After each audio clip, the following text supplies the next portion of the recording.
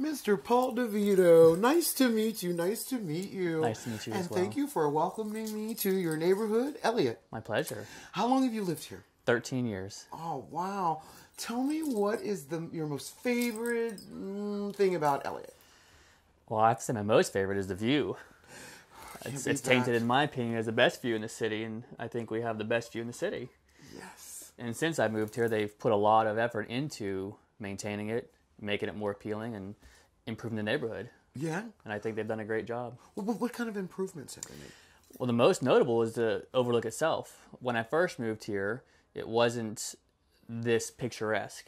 I mean, they always had the trees, but they made it more appealing with adding more landscaping. They actually put the building in that's behind us for people to use for receptions, and you can rent it out. So they've made it more appealing to the neighborhood itself, and also brought people in. A lot of people never knew about the neighborhood until they found out about the Elliott Overlook. Yeah, the Elliott Overlook is just $1 million. Yes, it really is gorgeous. You can't buy this. If there was something you would change about Elliott, what would it be? That's a difficult one. After 13 years, talking to my neighbors, there's a lot of family cohesion. I talked to people at the meeting, and it's been a long-term neighborhood for many people. Mm-hmm. I'd like it to go back to the way it was. I'd like it to be more...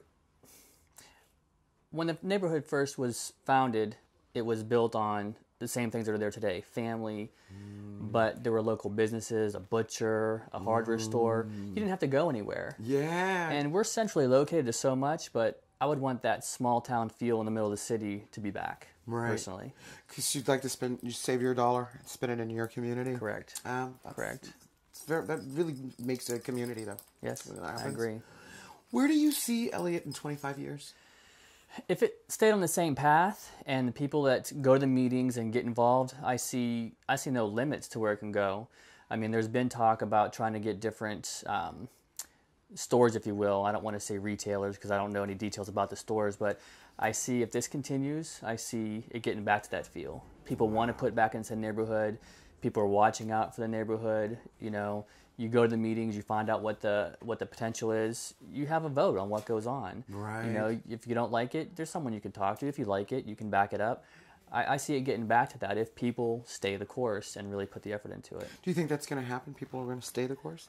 I do. I don't know anybody that's planning on moving out. Mm-hmm. You know, I know you think about city living, you think about it being congested, you think about your neighbors being an arm's reach away. You have that in the city. You have that in the suburbs. I think if you are a city person, Elliott's a great place to be because you have a little bit of the country in the city. You have trees. We have deer constantly in our gardens. We have turkeys. And it's amazing. I see more deer and turkey now than when I was growing up in the suburbs. Right. And I see it getting back to that, and people want that. You know, my neighbors died and sold their houses. Mm-hmm. They didn't move out of their houses. Right. You know, and this is the neighborhood that you live in. And if people want that, and the people keep working for it, I think it's going to get back to that tight-knitness. That's awesome. Yeah. Do you have any, unsung heroes here in Elliott that you find that are real role models that you... That's a difficult one because, honestly, until I started going to the meetings, I only knew the people on my street. Right. And in my house... I have my house and neighbors to the left and right. They were all family owned, and like I said, those people started passing away, and they had to sell.